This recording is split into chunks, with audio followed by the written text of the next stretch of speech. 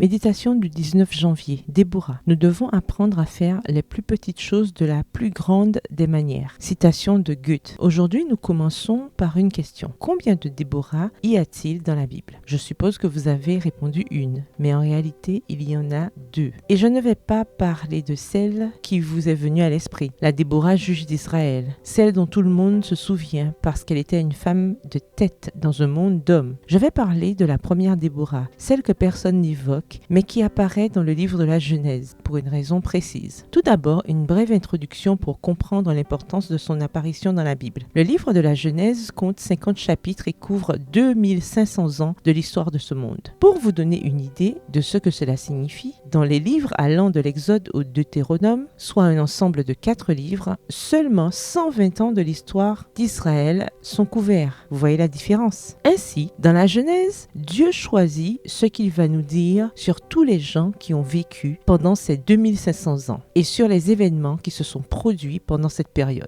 Pourquoi a-t-il fait ces choix? De toute évidence parce qu'il croit que c'est ce qui inspirera les générations futures à vivre de façon vertueuse. Si vous écriviez un livre racontant 2500 ans d'histoire, incluriez-vous la Déborah dont nous allons parler aujourd'hui? Pensez-y en lisant. Genèse 35, le verset 8. Déborah, nourrice de Rebecca, mourut. Elle fut ensevelie au-dessous de Béthel, sous le chêne qu'on a appelé du nom de chêne des pleurs. C'était Déborah, la nourrice de Rebecca. Il n'y a qu'un seul autre verset qui la mentionne, Genèse 24, verset 59. Ils laissèrent alors partir leur sœur Rebecca et sa nourrice, c'est-à-dire Déborah. 2 versets, c'est tout, mais Dieu a jugé bon de les inclure dans le livre qui raconte 2500 ans d'histoire. Pourquoi? L'esprit de prophétie le dit clairement. Il est intéressant de noter que la fidélité de cet ami de la famille, ainsi que le deuil dont sa mort fut l'occasion, ont été dignes d'être mentionnés dans le livre inspiré. Citation du livre Prophètes et Rois, au chapitre 19 à la page 183. Pourquoi Dieu a-t-il considéré Déborah digne d'être mentionnée dans la Bible? À cause de sa fidélité. Juste 2 versets pour souligner l'importance de la consécration au service de Dieu et la fidélité dans les petites choses. Et pour nous rappeler que Dieu remarque les femmes, qu'il est présent dans nos vies et qu'il nous met en valeur grâce à ce qu'il voit en nous, même si personne d'autre ne le voit. Si vous vous demandez quelle valeur peut avoir le fait de travailler dans un bureau, de nettoyer des maisons, de soigner des malades ou de faire la cuisine, voici la réponse. Pour Dieu, cela a beaucoup de valeur si vous le faites avec fidélité et consécration au service auquel Dieu vous appelle. C'est pourquoi nous devons apprendre à faire les petites choses de la manière la plus grande, avec fidélité et consécration, et en considérant cela comme notre service au Seigneur. Le verset du jour se trouve dans Luc 16, verset 10 dans la version Bible en français courant. Celui qui est fidèle dans les petites choses est aussi fidèle dans les grandes. Bonne journée, que l'Éternel vous bénisse.